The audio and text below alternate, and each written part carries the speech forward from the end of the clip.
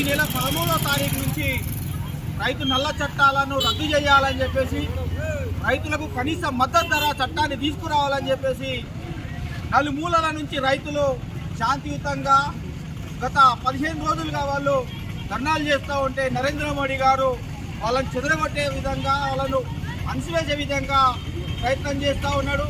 ఢిల్లీ సరిహద్దులో ఉన్నటువంటి రైతులను కనీస మద్దతు ధర అడిగినందుకు ఈరోజు కాల్చి చంపిన ఒక 21 సంవత్సరాల రైతులు కాల్చి చంపి ఈరోజు పొట్టన పెట్టుకున్నాడు.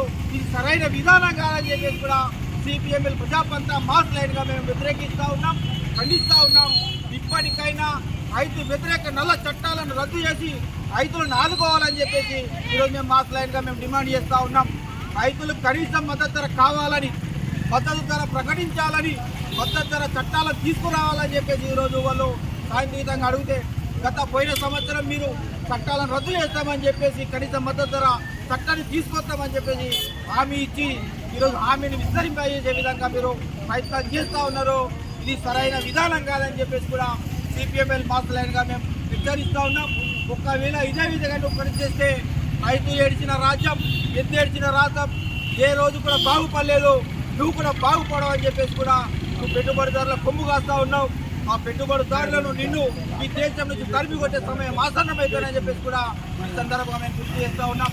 ఈ చట్టాలను రద్దు చేసి ఈ రైతులను ఆదుకోవాలని చెప్పేసి సిపిఎంఎల్ ప్రజాపంతా మాస్ లైన్గా మేము డిమాండ్ చేస్తూ ఉన్నాం.